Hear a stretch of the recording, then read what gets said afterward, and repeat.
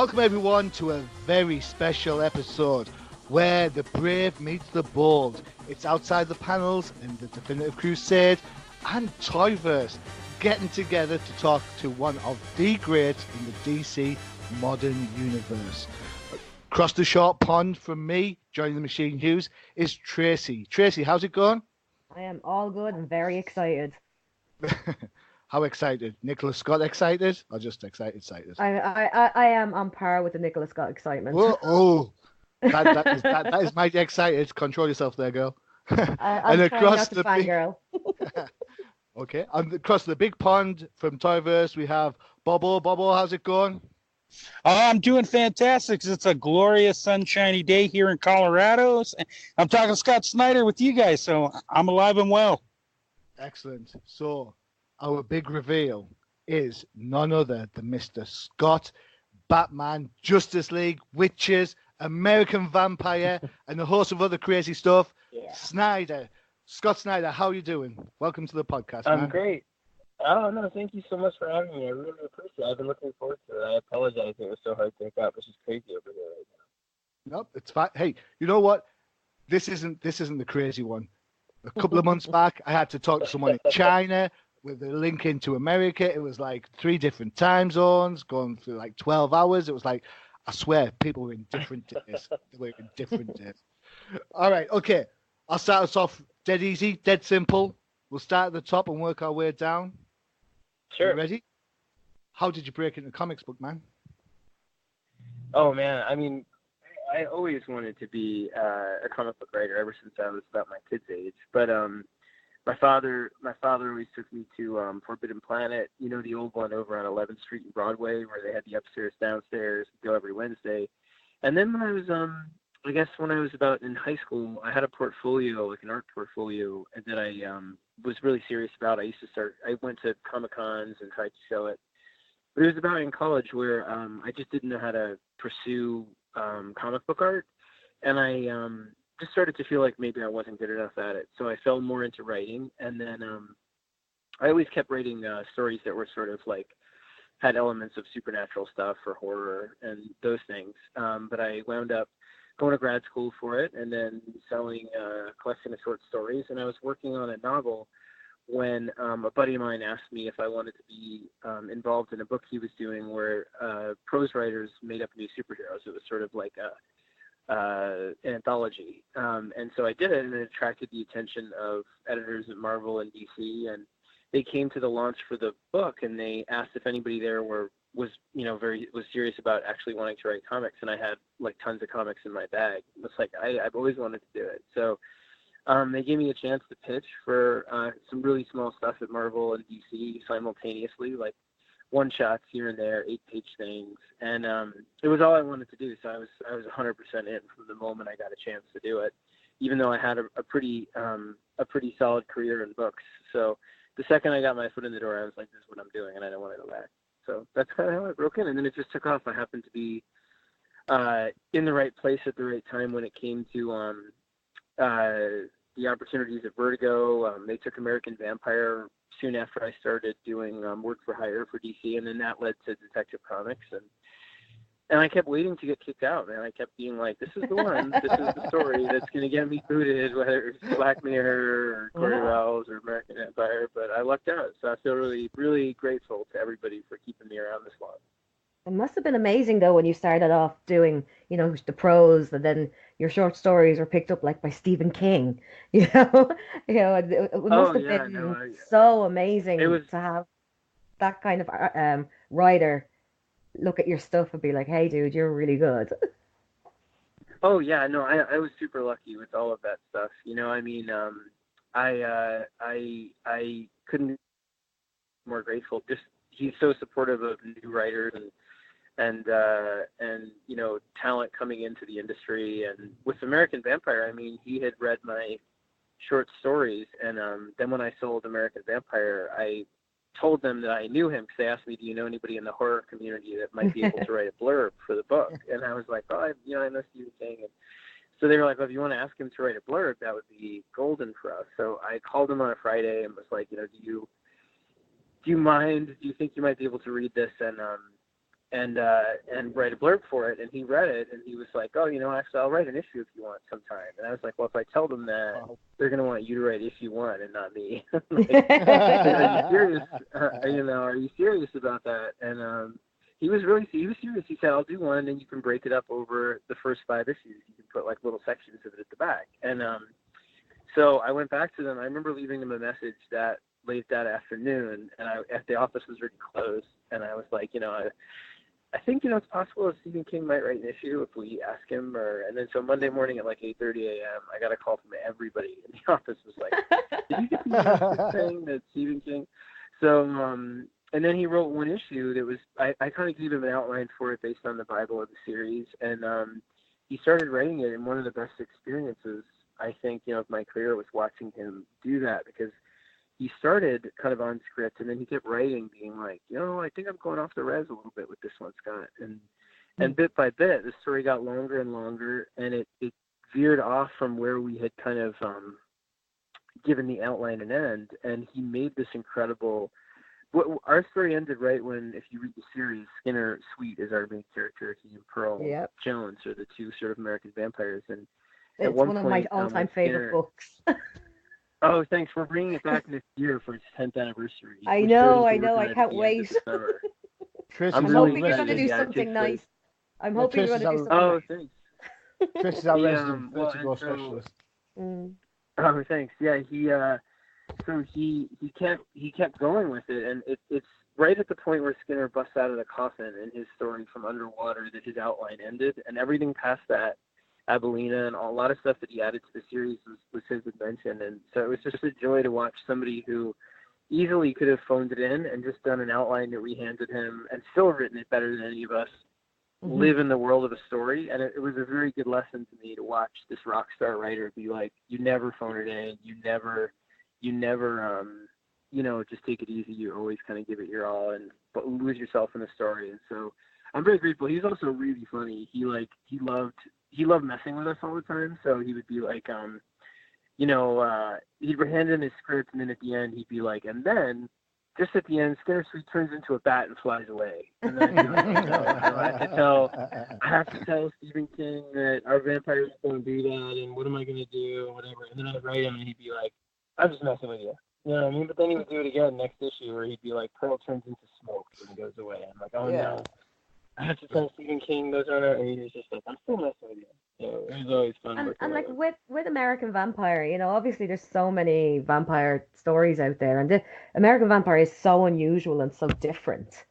How did you? What was your process with that like? Thanks. The process really was. I mean, Americana and Americana has always, in American history, has always been sort of my favorite. From childhood to now. My dad was a history buff, and my grandfather was served in World War II and was very intent on taking me and my sister to a lot of the places that he had been stationed, like in Hawaii a lot, things like that. So I always had this kind of fascination with particularly American history from in the 20th century, and so a lot of the joy for me of American Vampire is getting to the mobility of it, where I can kind of go and explore an era of my cruising all the time. But I remember exactly where I was. I was in a model store, like one of the stores where you get like a Warhammer, World of Warcraft, that kind of stuff. And I was looking for a statue for a friend of mine who was like a big gamer and that stuff. And I saw one that was a Confederate soldier zombie. And I remember thinking to myself, I don't know why they're not more Western horror stories. And then I started to play around with this idea of what would a monster be that was indigenous to the American West.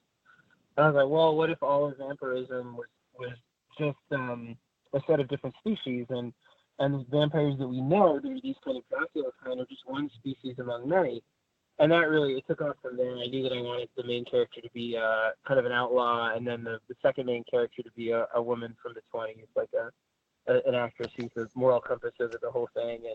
And it was great. I mean, I pitched it to DC in 2008, 2009, and at first it was rejected. I remember I was so heartbroken because I had a couple good advocates there and the editors I had worked with, but they were like, you know, it really is just like a vampire western, probably isn't going to sell right now, and what's the cover going to be, like a cowboy hat with fangs? And I was like, I think that sounds awesome. Yeah, why not? Yeah, but, I'd try that. I went back and I rewrote the pitch desperately, and I was like, I don't think you guys are seeing the scope of it. It's my fault. Like, I meant that it can go from era to era, and Pearl, I focused more on Pearl, and they were like, we don't normally do this, but we're going to take it. And so Pearl is always my favorite character ever, and my whole career is like indebted to her for saving that pitch. So yeah, she was just and then I remember it came out right when Twilight was popular, and Stephen King, his first idea for the whole series was he wanted to do a big heap of sparkly vampires and have Pearl on top of it, and it just says, I don't effing sparkle. Good call. So. Good call. Stick to your guns. That's right? Fantastic. You know what I mean? And how do you like transition from that kind of thing into like the amazing stuff you do with like Justice League or, you know, your Batman stuff? How does, you know, going from the horror to the everyday superhero that people know, how do you as a writer, how do you do that? It's hard. They're two different muscles. You know, it's a great question. They're really different. They're different sort of sets of muscles, honestly. I mean, for me, I really thought I would stick around and create around. I didn't know if I could do superhero. I mean, I grew up, still have all my long boxes. It's all I wanted to do. But they're almost kind of totally inverted processes where for creator owned, nobody knows these characters better than you. You're making it up from scratch. And ultimately what you're selling a reader on yourself. You know, you're saying this world that I'm making, you don't know it, but hopefully my pitch and who I am and what I'm presenting to you is good enough along with that you'll pick it up. With the superheroes, they know all those characters, have all kinds of expectations and assumptions about what should happen with them.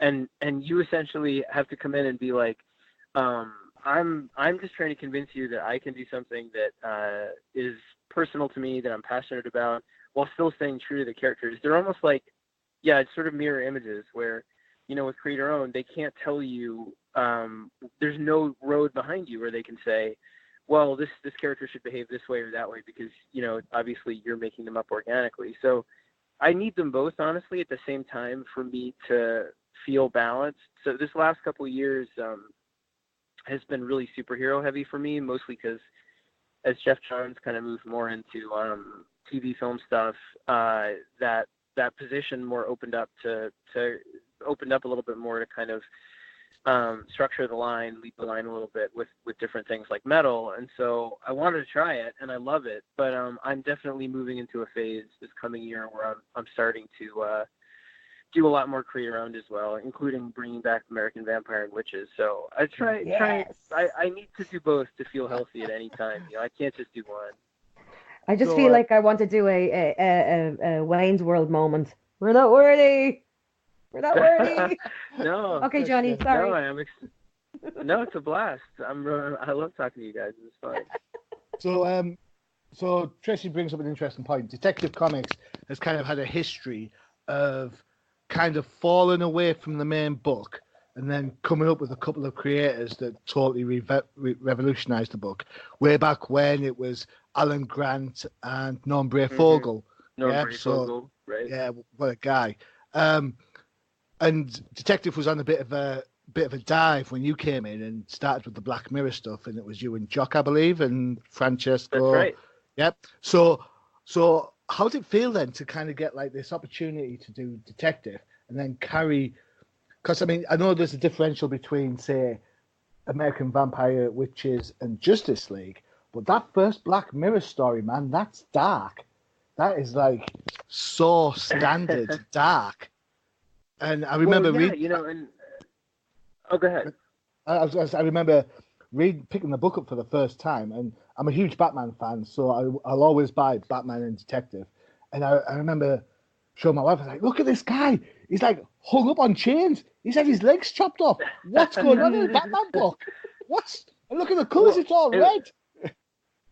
It was so funny because I honestly, the way that happened was I was working on American Vampire and I had like a couple issues under my belt, and they came to me and they said, all right, they kind of got wind that Marvel, everything that was very competitive at that moment with DC in terms of exclusive contracts. Things have changed a bit now where they're not, neither company is quite as trigger happy about giving people exclusives as they were back then. There was more of like a battle over anyone new to be signed exclusively. And so Marvel was sort of beginning to put together something for me that would have made me exclusive. Actually, the first job that I was supposed to have there post this little series I did, Iron Man Noir, was I was going to do the Oz books with Scotty Young. And so I was getting ready to do it, and then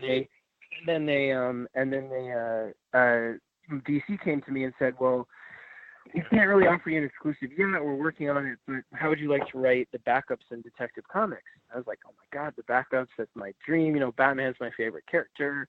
I would love that, but I don't know if I'm ready. And they were only like 8 or 9 pages long.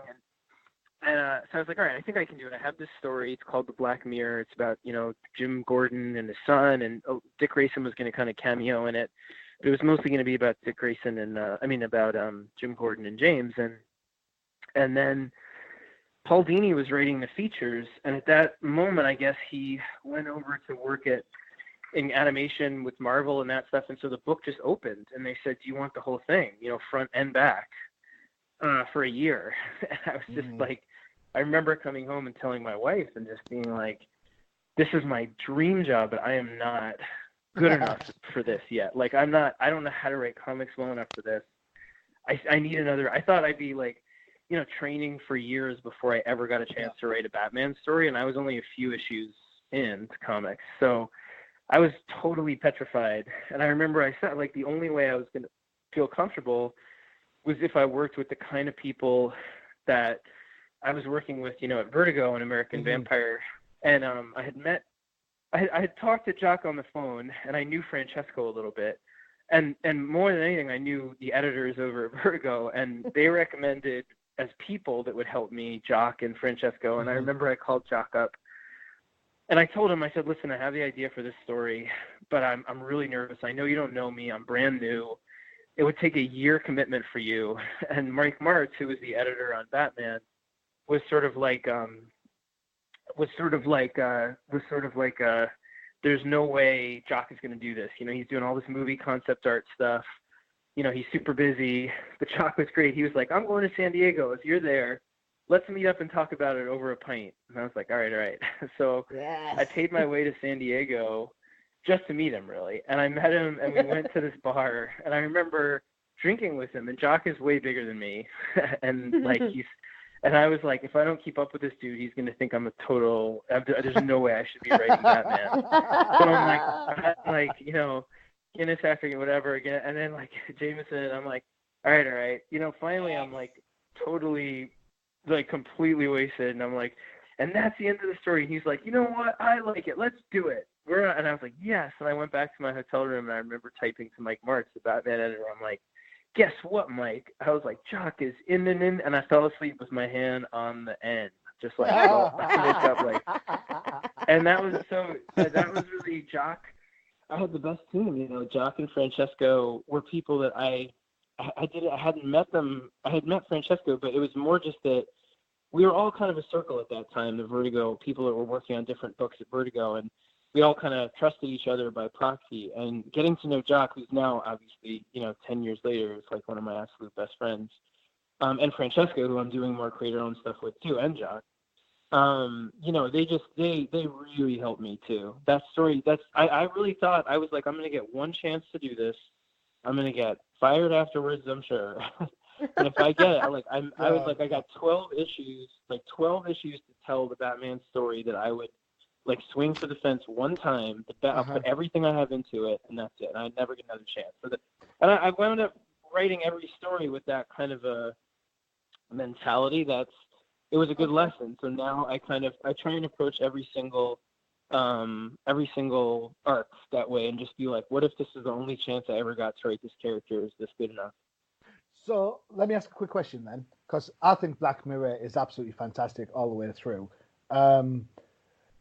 with that sort of mentality of kind of always swinging for the fences, I'm a huge baseball fan, right? So Yeah. I say I'm a huge baseball fan, and now I've blanked on his name. What was the name? Giancarlo Stanton, right? Played for Miami, plays for the Yankees now.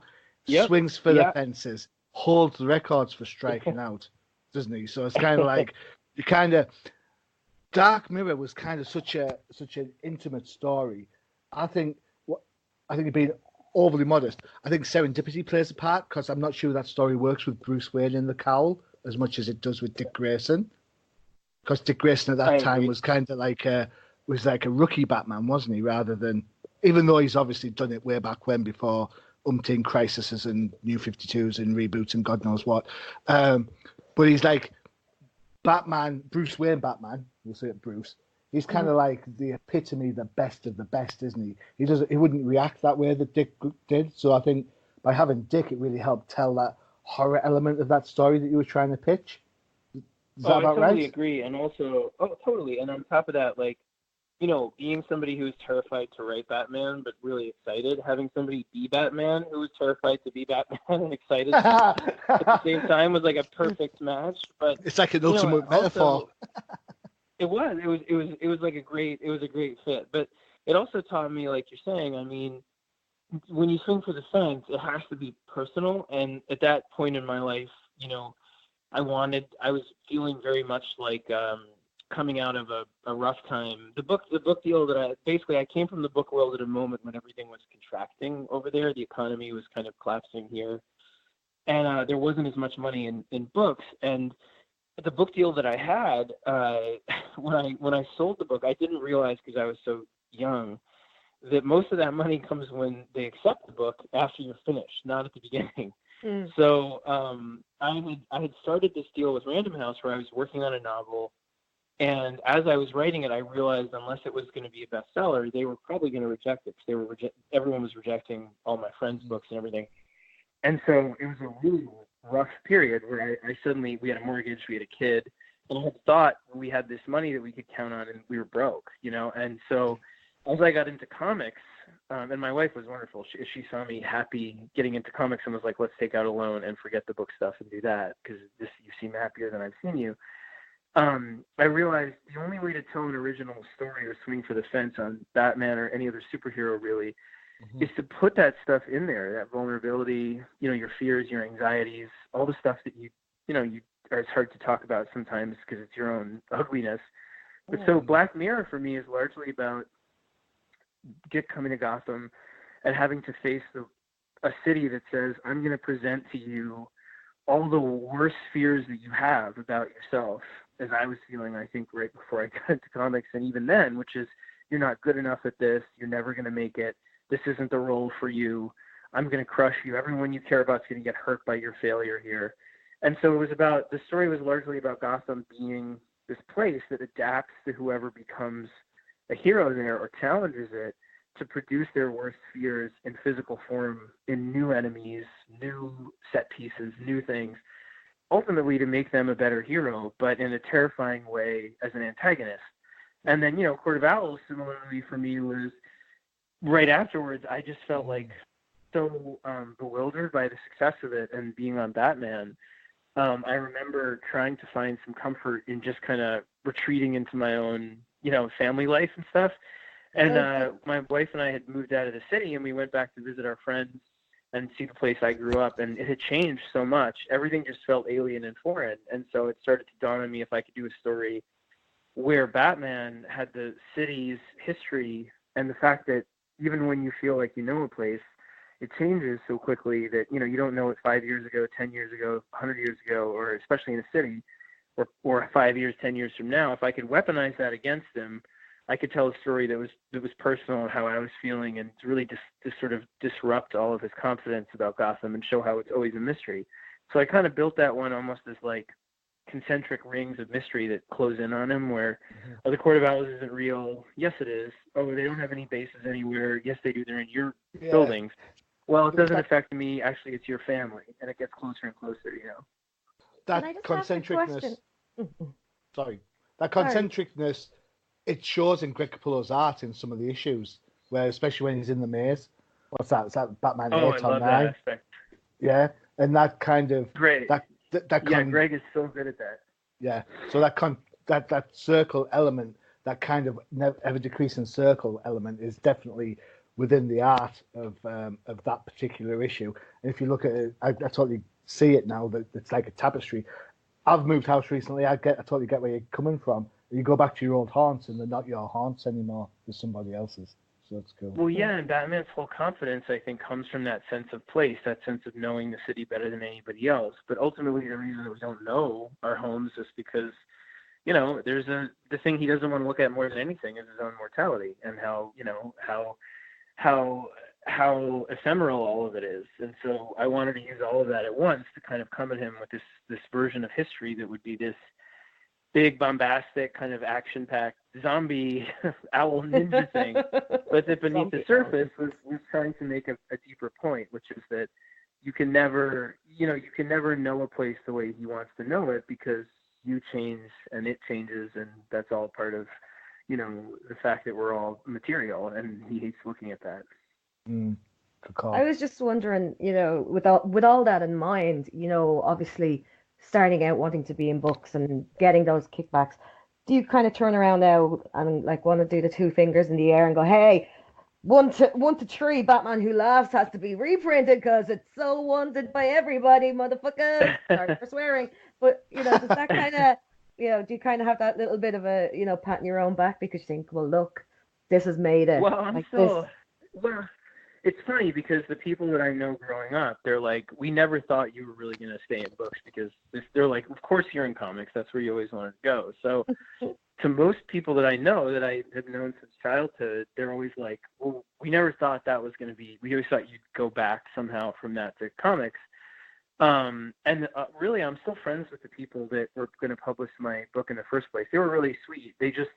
What happened was, we were all caught up in a moment when there was a lot of excitement around new writers, and there was money in the book industry, and so they were really supportive of a lot of young people coming in, and they were supportive of me, and they supported I did a short story collection with them called Voodoo Heart, and then which was I was working on this book by about the way, a because I have that. Oh, thanks. I still love the book, you know, and honestly, it was me that collapsed under it. The book was about. It was about a barnstormer. The idea was that I think it was 1911. It was 1911. William Hearst, essentially the newspaper magnate, essentially offered a prize, like $50,000, to anybody that could fly across the country in 30 days or less, because it was still kind of the linen-winged planes. And a couple people tried to do it, and it's about one of the guys who tried to do it. And it's his adventures across the country, and you know, he has a picture of him with like a broken arm and a cigar, and you know what I mean, and like he gets sponsored by a soda company at the time, and all that stuff. It was a lot of fun. But as I'm writing it, I'm like, if this isn't a bestseller, they're not going to accept it, and my whole life's going to collapse. So it was more me and my anxieties about it than them. So you know, I love prose, and I would love to do a little bit of it again, but my heart has always been in comics, and like, I'm not an aspiring screenwriter or an aspiring, you know, novelist, really. I always wanted to do this, and you know, for me, I think what I'd like to do is this phase of my career. Honestly, I say to my students, like, you have to be the most exciting writer to yourself, you know, all the time, like on the shelves. And it would be pretty easy for me at this point to continue with Batman stuff, or with, you know, I mean, I know how to write small Batman mysteries. DC would allow me to do Batman stuff for a long time. And, you know, I could go over to Marvel or try. But the things that I've learned that I know how to do, I think pretty well after, or at least solidly after having done for a long time, to me, I just get really uncomfortable if I just keep doing them. So, you know, what I really want to do is, like, I want to try something that's part prose, part comics, and I want to try something that's, you know, a format. Yeah, so I'm doing a book. It's actually, I'm actually with Jock. It's called Evil. It's going to be fun. It's coming. It's coming, like, after we're going to do Witches. We're going to put the sort of beginnings of it together. Are you going to put the next Witches out very soon? Witches. Oh, yeah. The deal with Jock when Tracy, I did chill. Batman Who Laughs is that I said, look, let's you're the perfect artist for Batman Who Laughs, but if we do it, the deal has to be that right afterwards we go right back to witches. So, But the idea is that, I want to try stuff that like part prose, part comics. I want to try stuff that's serialized, stuff that's graphic novels, stuff Kickstarter. I want to do things that I risk kind of falling on my face on, because otherwise, what's the point? So Want to start designing toys? Your own range of, American Vampire toys that might work. Yeah, for you. Yeah, well, I'm excited. We're bringing it back it takes place in 1976, and it's bicentennial, and it's in Vegas. It's got Evel Knievel, all kinds of stuff from then. It's really fun. Skinner's human, all of it's really nuts. Like they wanted us to wait till the 10th anniversary to do a big collection for it, so we're doing that. The 10th anniversary is January, so we're going to start working on it over the summer and then bring it out in the spring, I think. Sweet. Cool. So you're moving on from Detective, you jumped on Batman with Greg Capullo. The art style, very distinctive. That book for a lot of people, especially newer people who are coming into the comic book industry, like picking up books to read for the first time, that you and Greg will be their Batman. How does that feel? Oh, I mean, it's really overwhelming. I mean, Greg and I both were paralyzed by the idea that we were doing Batman #1 and that Bruce Wayne was our Batman, and both of us almost quit. And, we the only way we could proceed, honestly, was almost both to pretend that it was like fan fiction we were doing and nobody was going to read it. It was sort of like, I'm just doing this story. It's just him and me. At first we didn't get along, but then it was like, as soon as I saw his art with this story, we both realized we were very similar in our approach about kind of no ego, just whatever's best for the story. You sacrifice whatever thing you thought was going to work for what works better. And we just were like, we're making this for the two of us, just for each other. And so that was the only way to survive that, and now seeing people come up with Court of Owls stuff from, and Batman Who Laughs and everything. I mean, it still isn't real to me. It's very hard to stop and wrap your head around having made anything that has any resonance in the Bat mythology, because it's my favorite place in literature, so I have a lot of a lot of kind of difficulty accepting that we even put a cobblestone in Gotham anywhere. So I'm very, very proud of it and honored and grateful, but it's hard to accept. Okay. Amazing. So, Bob, off you go. Yeah, I'm here. Go. Do you have anything to ask? All right. So here's a question for you, Scott. So with Batman being so cross-media, I mean, his impact goes all over the place for licensing and merchandising and whatnot. How do you feel your impact has been with stuff with like certain toy lines? Like now Diamond Select's got the gallery statues and the Vinimate's coming out, which I'm very excited for. And then you got DC Collectibles with that new statue line they showed off at Toy Fair this year and all that stuff. I mean, what are your thoughts on all of that? Well, I mean, I still remember the first time they made a toy of anything we did, where we were doing Court of Owls, and they made a Talon, and I was just like, I can die. You can put it on my tombstone. They made the Owl Buster suit, and I mean, so I have all of the toys in my house, like in my in our storage room, and then I'm building a writing studio on our property. I'm gonna put everything in there, so it's just like a giant toy thing. But I mean, it really is like, it's an honor. And my sons are 12 and 7. And the reason it's been so hectic also getting on the thing, and we have another one on the way in May, which was a surprise. Well, you say it's a surprise, Scott, but really, right. when a man and a woman love each other very, very much, you know what I'm saying? Yes. I'm totally finding it out now. But the idea was that my kids are of the age where they love the toys, and they were growing up when that stuff was coming out. And my 12-year-old, was 7 or 8 when one of those things would show up. And the lawn ornament of the Joker, he'd show them off to his friends. So it's a joy, you know, and the statues. I really feel incredibly lucky that DC has been as supportive as they have. And speaking of them, my wife will kill me if I don't go up and help with homework pretty soon. So I can always do it again. I can always jump back on, but she'll kill me if I don't go up and help them with their work in a minute. Okay. All right. That's so okay. that's fine. We can. How long do we have? I don't know, like 10 minutes more. Is that good? Yeah, 10 minutes is cool. 10 minutes All right. is. Well, do you want to go with another quick question? Yeah, I'll do a quick question and then I'll let you guys wrap everything up with Scott. Cool. So here's something that I just want to say. It's more of a statement than a question, because as a toy collector and a reviewer, you see trends and whatnot. And what I love about what you and all the talented artists you've worked with Batman and stuff with DC is the fact, even if there's not merchandise there, we've had such an influx of customizers and everybody in between creating their own merchandise based on your stuff. Does that blow you away, or does that just shock you? Because it always shocks me, because I think it's cool that your work has reached even casual comic book readers on that level. Oh my God, yeah. I mean, you don't even know. Like, I have a whole area of my office where I keep things that people have made.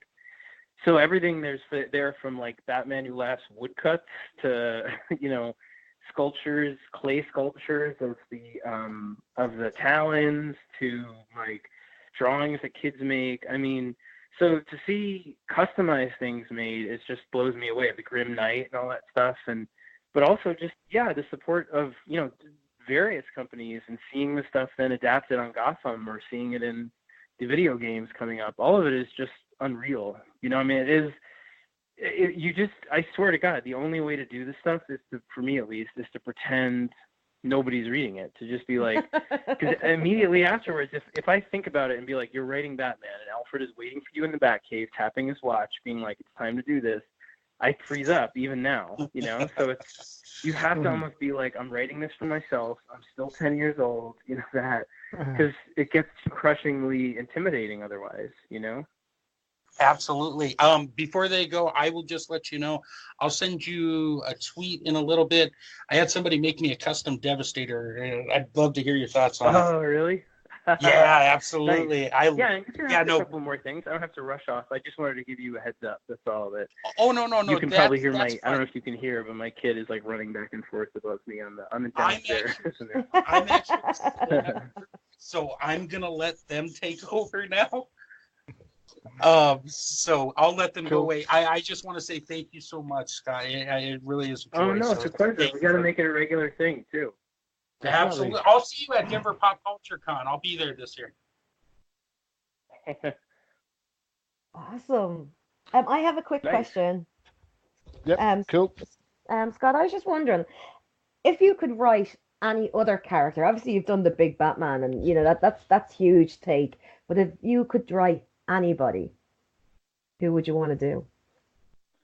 That's a great question. I mean, there's so many. That's the problem. I mean, at DC, Wonder Woman is probably my next one that I would really love for. I have a whole pitch for her where she's kind of like Hellboy meets Captain America, and she's got like magical weapons and vehicles from all kinds of cultures. She under the Smithsonian. She's done by day. And she's kind of the gateway to like everything mystical, magical. You are speaking my language. Right? I just see her in like a badass motorcycle with the shield and the whole thing, and the what I mean? Call Nicholas Scott and tell her she's drawing this. I would love it. So at Marvel, I think I have this I pitched Greg Capullo this idea. I really want to do the Hulk with him. I have this idea for a Hulk kind of epic arc called Hulk Smash Everything, and it's like it takes in everything in the Marvel universe. But I have ideas for a bunch. I mean, Wolverine's the other one, and Captain America's the other one. Those three, and then I have an idea which I actually one time in Ireland drunkenly pitched C.B. Cebulski, which was all three of them together on motorcycles solving. Easy Rider. I'm telling you. Yes, it's exactly like that. Because they've all been around a long time, so it's like all the cold cases they secretly solved together with Nick Fury. It was totally one of those pitches from like, "You're welcome, CB," and he was like, "I'm going to my room." You know what I mean, like that. So Next time you're in Ireland, they're talk a about lot. that. Tracy's in Ireland, so They're don't fun. say Ireland too often, because just say the pub and she'll be there. Isn't that right, Tracy? Oh yeah, Dublin's Oh, waiting. and I gotta for you, come back, dude. I love going to Ireland. You are A more buddy of mine than lived in Galway for a long time, so we used to come. wow. I come and I go to Dublin and go over there and went to the Aran Islands, the whole thing. It was great. You And then should coming totally back, I come went in to November and come to my convention. There you go. There's There's a an offer for tiny you. little honestly, convention. just having the kids. That's the only thing that makes it Mine hard is to a travel. family friendly. Stop selling your I'm convention. sorry, I can't help it. All right, okay. One day, Right. believe me, I love Ireland. I'd love to come back. I have a certificate in my house for being a Jameson, from the Jameson distillery, of being an official whiskey tester. So and we went to the Guinness brewery. Amazing. Okay. See? So the last question. Makes me happy. The last question comes in kind of 3 parts. So if I say it dead quick, it'll only sound like one question, right? So, so we have Year of the Villain coming up. So kind of, what can we expect? Does this mean the Source Wall arc's coming to the end? How is it different from Forever Evil? And what the hell is hashtag NOTG? There you go. Oh, that was today. Wow, look at that. Check me out. I am that. Well, I Year am of the that. Villain. I don't want to spoil too much for DC, but that. It's nothing like It's the Year of the Villain is nothing like Forever Evil, which I loved, and Jeff was really active and everything while I was there. But the idea with Year of the Villain is that it's a culmination of the Lex story that we've been doing in Justice League. So as he's kind of unlocked these different powers that are sort of the reverse or the inverse forces that a lot of our heroes use, he's been able to kind of find out the secrets of the multiverse and the history. And what he's discovered is that long ago, the multiverse was started a different way. And the first time it was started by its grandmother, this celestial being called Perpetua, humans were this favored species. And basically they lived forever. They were predatory. They had all kinds of powers. And then when it was discovered that she had created this unnatural thing, I'm totally spoiling everything. She was locked away in the Source Wall. She was locked away in the Source Wall, and the universe was restarted as it has been now. And humans were relegated to a very low place on the kind of food chain of life, and so, cosmically. And so Lex finds this out, and he's like, that's why we feel this longing, why we feel as though we're missing something in our lives, and why we understand so little, and everything passes so quickly, and we die, and I want to be that thing. And so Year of the Villain is really him saying, for the first time in my life, I believe in something greater than myself. I believe in Doom. I believe in us as the great cosmic villains, humans.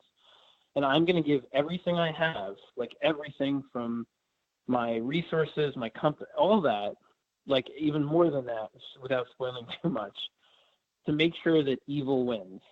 And that's it. Like that's kind of where it's headed. With their big surprises, there's big sort of everything. You'll see in the 25-cent issue on Free Comic Book Day, everything from Amanda Waller and the Justice League to crazy stuff with Steph things Brown that we tease. But yeah, well, the story has been teased. The things that we have in Justice League #1, when Martian Manhunter has his vision at the end of the first issue, some of that stuff, like the smile on the sun, that stuff plays out at the end of this year when we culminate in our big Justice Do More, and then whatever comes later. So, well, I mean, I know what's coming later, but I can't say yet. So that's fine. We really had a plan. The thing I would convey to everybody listening is this: like, sometimes you don't have a plan, and believe me, I've been there. And like sometimes you do. And when I did Metal, the idea was when I said to them, listen, if this hits and does well, hopefully it will.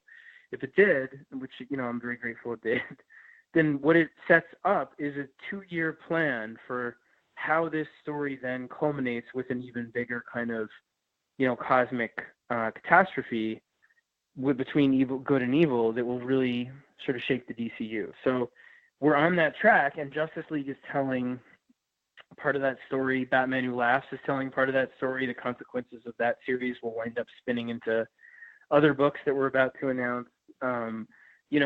Superman has some stuff in it. Batman with City of Bane, the stuff coming is going to talk about it. So we're building an uber sort of big narrative that's going to come together in a way that kind of revisits a lot of the stuff from Metal, but gets even bigger in 2019 into the beginning of 2020, end of 2019, beginning of 2020 is when we really kind of everything explodes. So from here forward, it's on one railroad track where it's like see how we told you this would pay off. It paid off. Like one thing after another. I want it to be a reward system for people that have been reading, and if you haven't, you can always jump on. But ultimately, it has to feel immersive and expansive, and like it's one giant singular thing that we're all playing, from different angles. So I'm really proud of what we're building.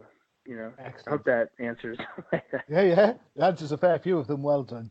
All right, guys, thank you very much. Bobo, thank you very much. Tracy, thank you. Scott, thank you so much for taking time out of your busy schedule to talk to us tonight. No, it was a pleasure, dude. We got it. I'm not kidding. Let's just do it again. Dude, don't worry. Yeah. We have a DC podcast called The Definitive Crusade. You, my friend, have put your name on a game of Jeopardy. Now, I'm not gonna drop names, but Graham Nolan absolutely kicked my ass at this game. And I'm season 1 winner, so dude, Johnny's the king of Jeopardy. So you've kind of got your name on that. So do some research, and then we'll go from there. We'll be in touch with that. That'll be fun. There's also my one, the dynamic convergence, where we talk. We talk both DC and Marvel, and we talk about all the stuff we like about it. So a lot of historical things as well. So we can talk about Swamp Thing. We'll have to look up and figure out what this Marvel thing is. I've never heard of it. Right? I'm with you on that one. All right. Guys, thank you so much for taking time out tonight. Everyone else, don't forget to check out the UCPN for all your favorite podcasts, including The Definitive Crusade, Tracy's show. Tracy, what's it called? Dynamic Convergence. iShow OTP, and of course the No Price podcast. And Flipside Focus if you like things on an indie beat, which is where you'll probably hear about American Vampire. All right, guys, thank you very much for your time. This is Machine Hughes saying adios. See you guys. Ta-ta. Thanks again.